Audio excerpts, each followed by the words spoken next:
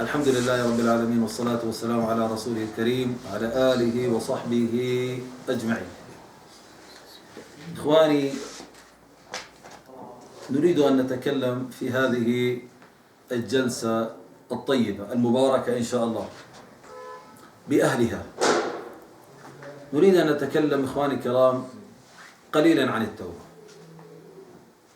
وعن الخوف من الله عز وجل.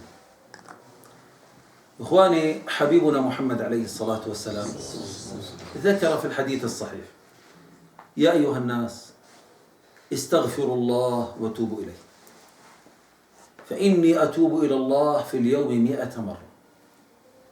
إخواني، أنا عندما أستشعر هذا الحديث وأقف عند هذا الحديث والله أتعجب، أقول يا الله، سبحان الله، محمد عليه الصلاة والسلام يتوب إلى الله في اليوم 100 مرة. محمد عليه الصلاة والسلام الذي ما أخطأ قط، الذي عليه الصلاة والسلام لا ترد الذنوب بباله أبدا.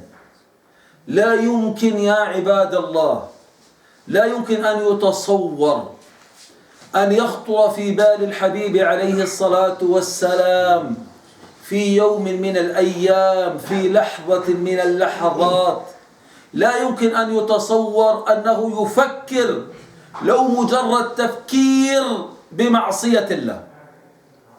معاذ الله. إخواني، ليه؟ لأنه معصوم عليه الصلاة والسلام، لأن العصمة لأنبياء الله.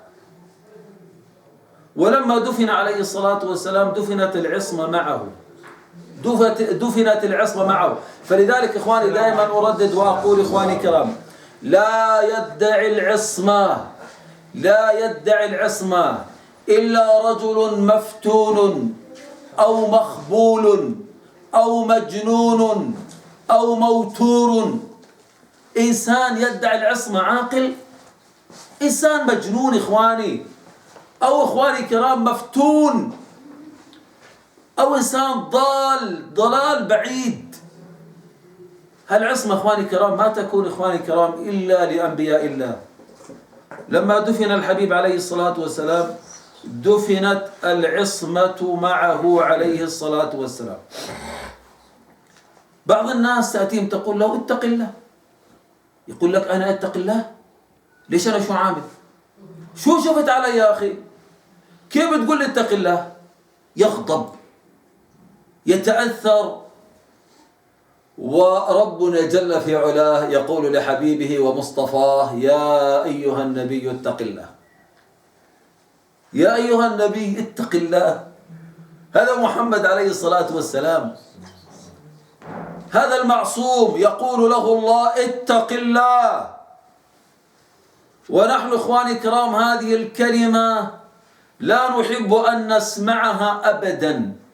كل واحد فينا يظن أنه معصوم. كلنا ذو خطأ، كلنا ذو خطأ، ما لا يمكن أن نستثني، لا يمكن أن يستثنى واحد منا. كلنا ذو خطأ. ومع ذلك إخواني الكرام لا نستغفر ولا نتوب.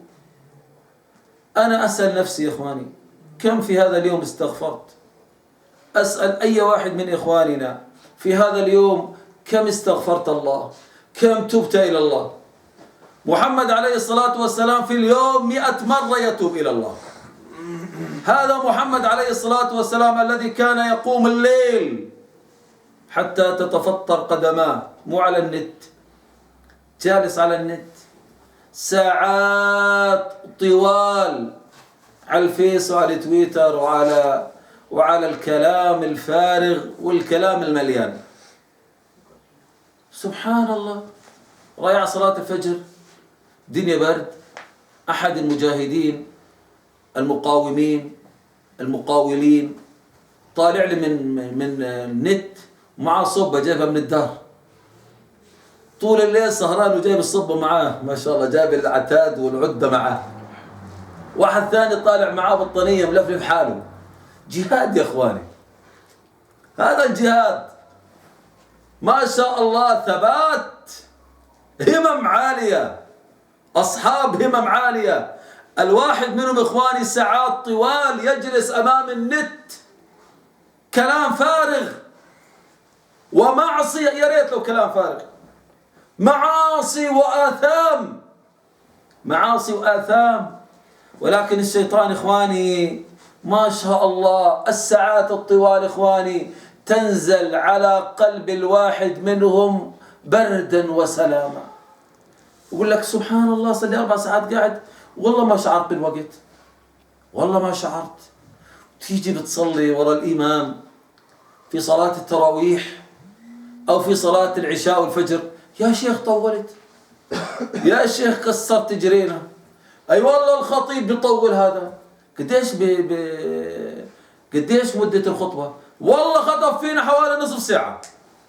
نصف ساعة مش قادرين نتحمل إخواني، نصف ساعة في الأسبوع. في الأسبوع مش قادرين نتحمل نصف ساعة. نصف ساعة مش قادرين نتحمل في الأسبوع. لكن على أتم الاستعداد أن نجلس كلنا شبابنا اليوم ساعات طوال أمام المباريات. كم الآن لو قلنا أخواني الكرام أنا خطيب في يوم الجمعة، أصعد على المنبر، المسجد تقريبا نصفه. لما يصعد الخطيب على المنبر إخواني الكرام يبدأ الناس يتوافدون إلى المسجد، يمتلئ المسجد 100%. عندما يقول الإمام أقول قولي هذا وأستغفر الله لي ولكم فاستغفروه. تقريبا أحد النساء تقول الله يسامح زوجي، يعني سبحان الله بس يقرب يقيم الصلاة يوم الجمعة بفط بقوم من الفرشة، بتوضأ بروح بصلي، بيرجع فرشته بعد ما شلتها، يعني لسه ما أعطاها فرصة تفضي بالبيت.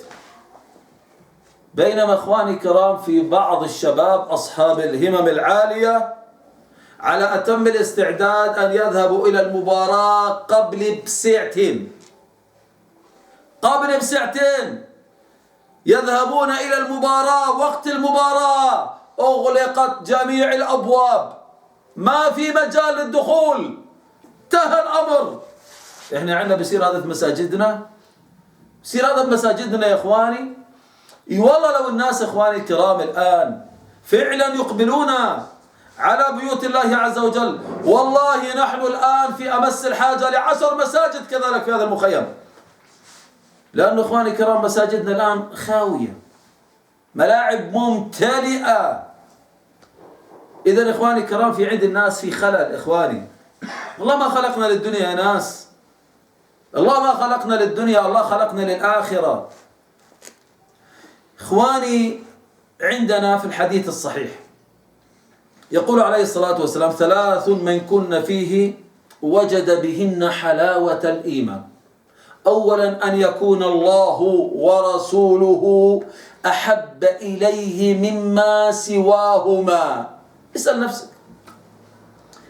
نفسك في يوم من الأيام يأتي عمر بن الفاروق قل يا رسول الله إني أحبك أكثر من مالي، أكثر من نفسي، أكثر من ولدي، أكثر من والدي، أكثر من الناس أجمعين.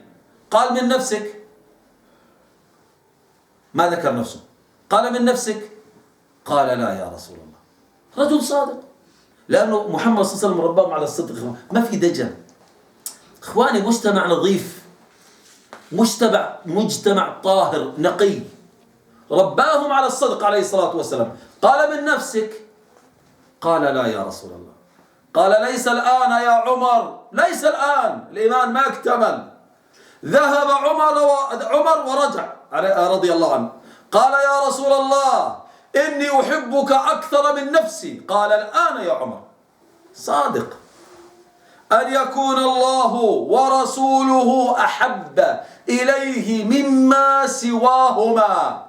لا تقدم على أمر الله ولا على أمر رسوله أحد من العالمين. لما تسمع المؤذن يقول الله أكبر، شو معنى الله أكبر؟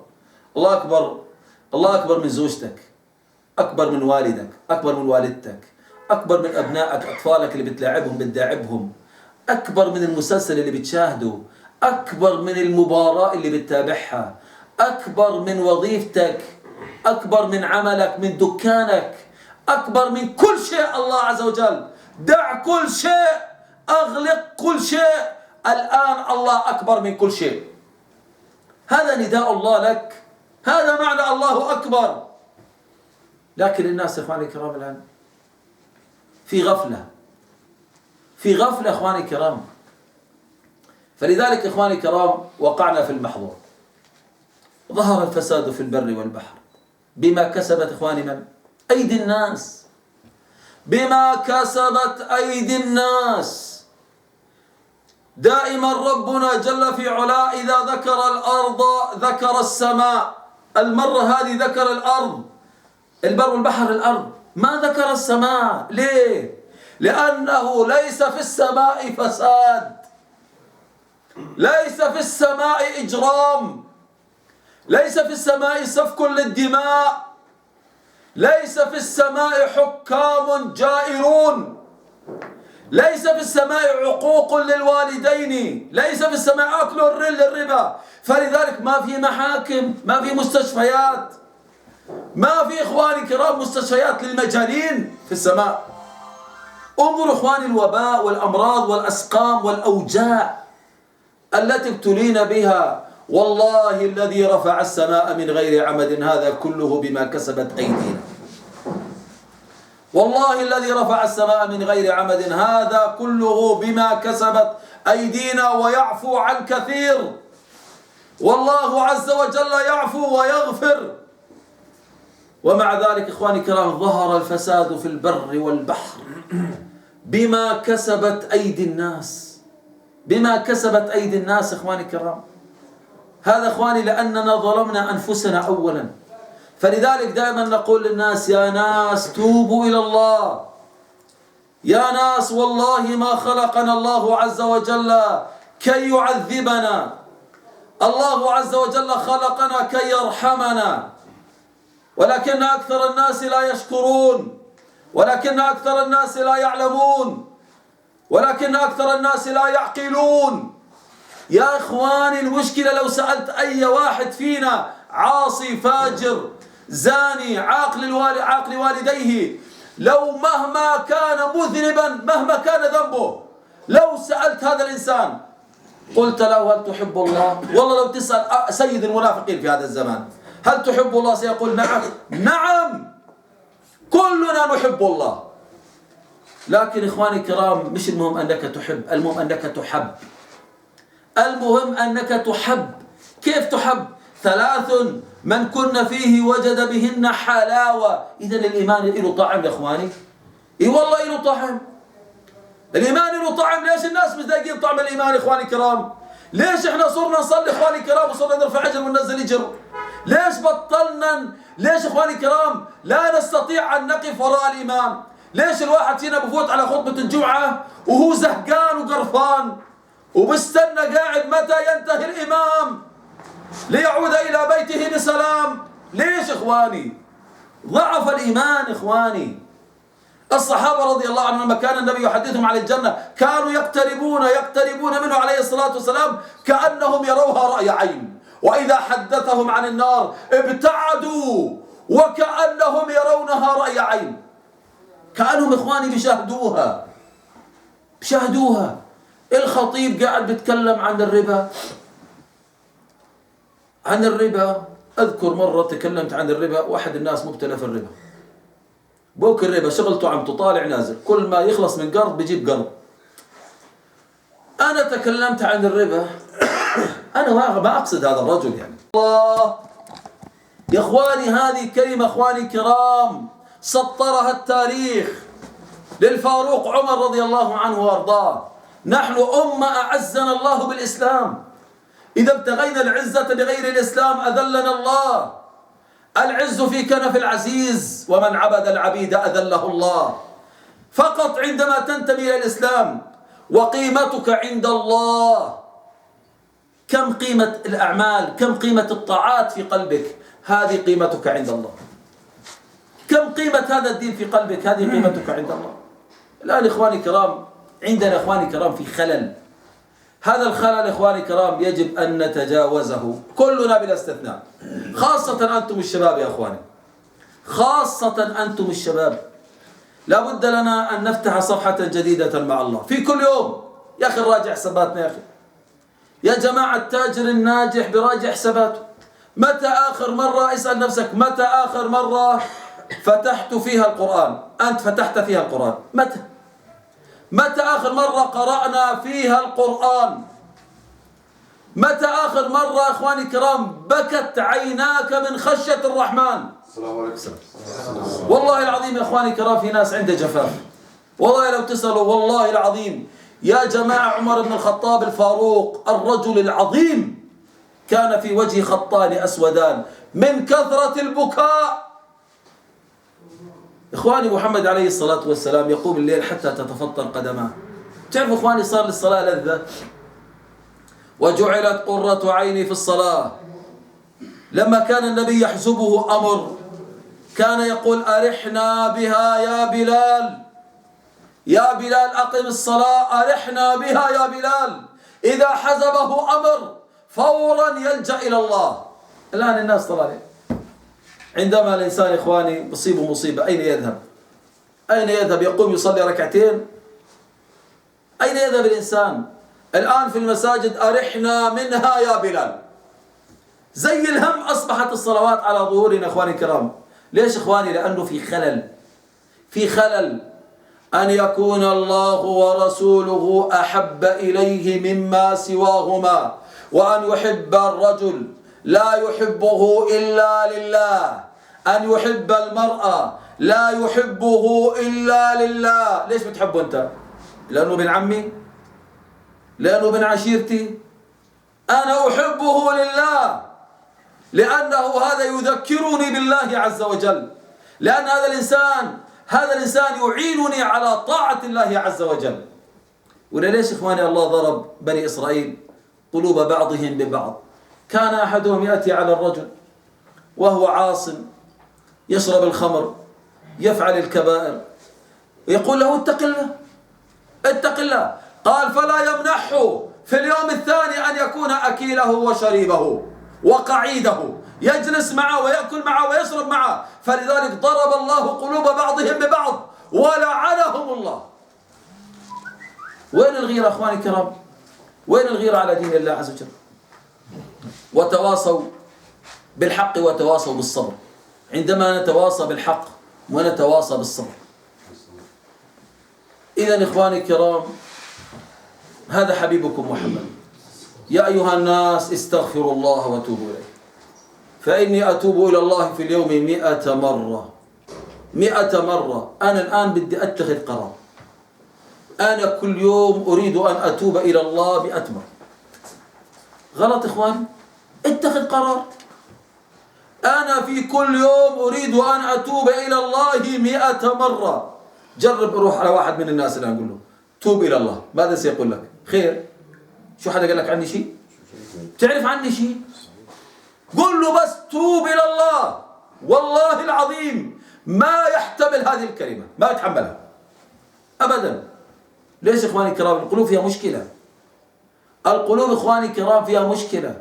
بينما الصحابة رضي الله عنهم وارضاهم في يوم من الأيام أحد الصحابة يقول يا عمر اتق الله.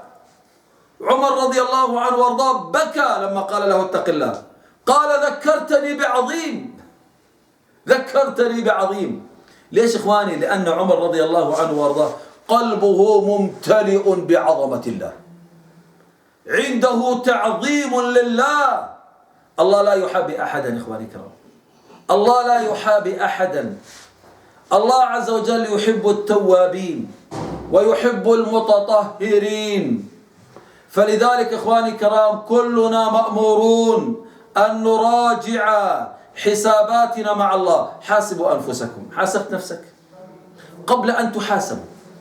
ستحاسب في يوم من الأيام. وزنوا أعمالكم قبل أن توزن عليكم. ستوزن عليك هذه الأعمال. أتعلم أنك أنت ستوزن وستوضع كذلك في الميزان؟ أعمالك وأنت ستوضع في يوم من الأيام في الميزان. يا الله، عندنا حديث إخواني الكرام صحيح أن عبد الله بن مسعود رضي الله عنه وأرضاه في يوم من الأيام صعد على شجرة إراك ليجتني عود إراك. صعد على شجرة ليجتني عود إراك، فلعبت الريح بثوبه فبدت ساقاه، فضحك الصحابة من دق ساقيه، فقال النبي صلى الله عليه وسلم: أتضحكون من دق ساقي ابن مسعود؟ والله إنهما في الميزان يوم القيامة أثقل من أحد. انظروا إخواني الكرام، حتى هذا الإنسان يوضع ويوزن في الميزان. يؤتى بالرجل السمين العظيم يوم القيامة لا يزن عند الله جناح بعوضة، ناصح مليان يزن أرطال مئات الكيلوات ربما، لكنه في الميزان لا يعدل عند الله جناح بعوضة. جناح بعوضة أثقل منه عند الله. ليه يا إخواني؟ لأنه ما عنده أعمال، ما عنده طاعات، ما عنده قربات إلى الله عز وجل. يا أخي حاسب نفسك، صليت الفجر اليوم جماعة؟ طب ليش ما صليت أنا الفجر جماعة؟ طب أنا شو ناقصني؟ أنا إيش ناقصني يا إخواني؟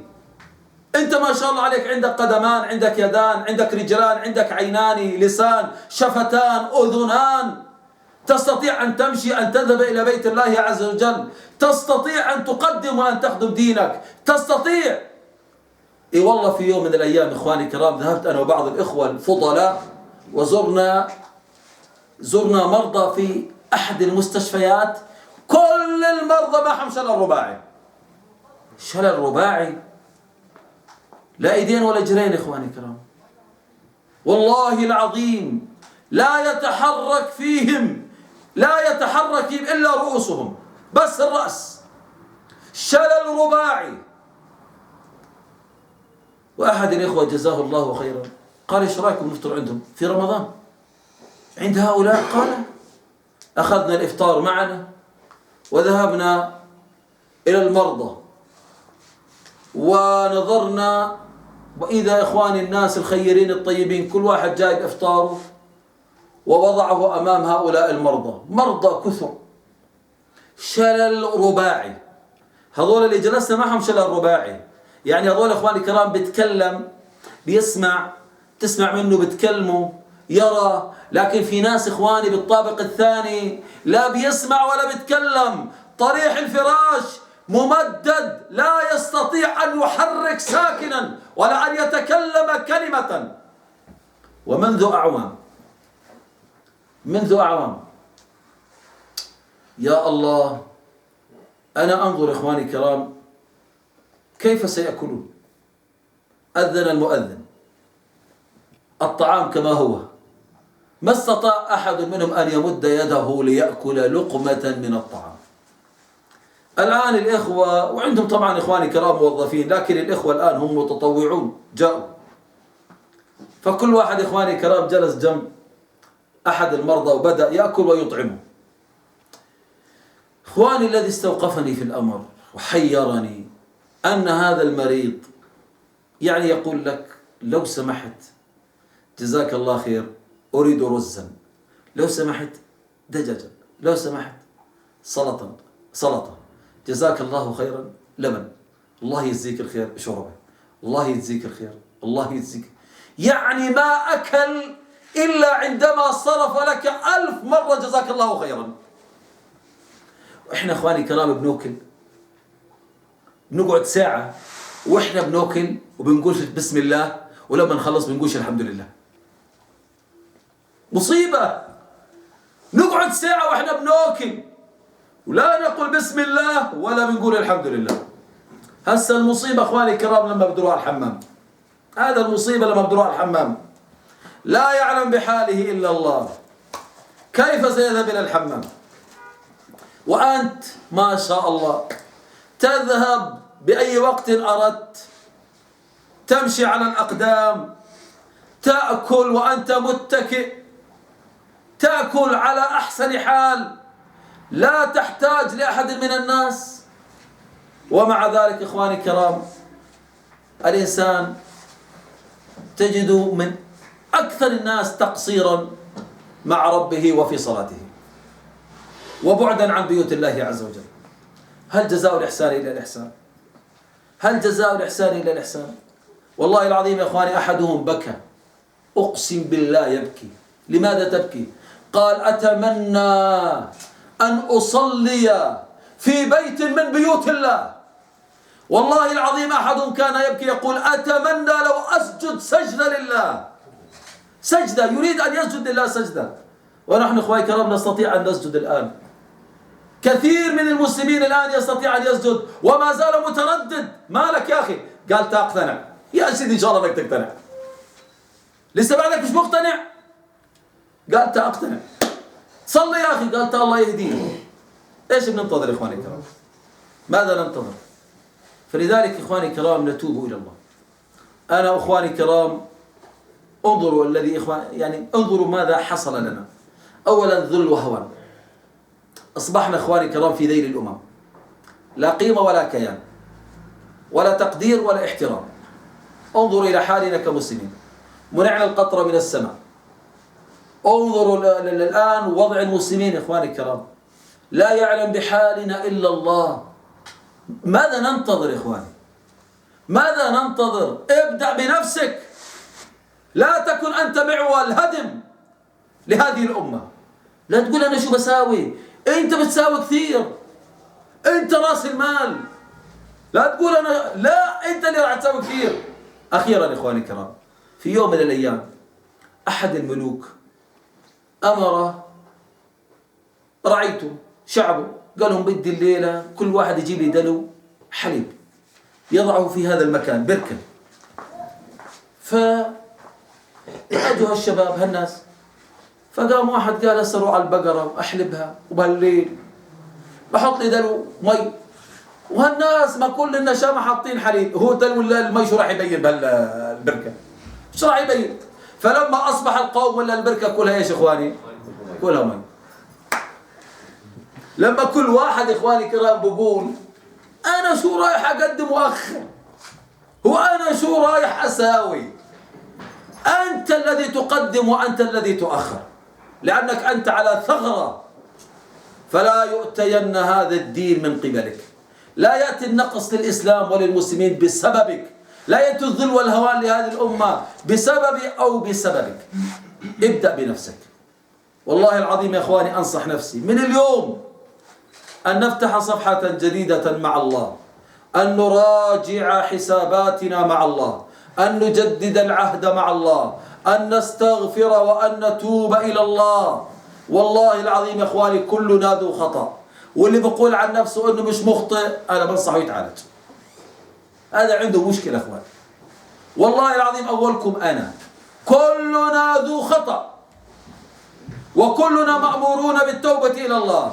يقول الله وتوبوا إلى الله جميعا أيها المؤمنون لعلكم تفلحون. كل المؤمنين وتوبوا إلى الله جميعا، ما قال أيها الكافرون، أيها المؤمنون لعلكم تفلحون. إن تبنا والله فقد والله أفلحنا ونجحنا، فزنا والله، وستتغير أحوالنا بإذن الله عز وجل إلى العزة والتمكين. أسأل الله العظيم رب العرش العظيم أن يعيننا وإياكم على التوبة وأن نعود إلى الله. إخواني، من رزق التوبة لم يحرم القبول، من رزق التوبة لم يحرم القبول. وربكم يقول جل في علاه وهو الذي يقبل التوبة عن عباده. إخواني، من رزق الاستغفار لم يحرم المغفرة، وربكم يقول إنه كان غفارا. إخواني، من رزق الشكر لم يحرم المزيد، وربكم يقول ولئن شكرتم لأزيدنكم. إخواني، هذا الذي الإنسان المحروم من حرمه الله، من خذله الله، والموفق من وفقه الله. وفقنا الله وإياكم لما يحب ويرضاه، وجزاكم الله خيرا. أي إنسان بده يعمل مداخلة يحب أنه يستفسر عن شيء فليتفضل، جزاكم الله خيرا.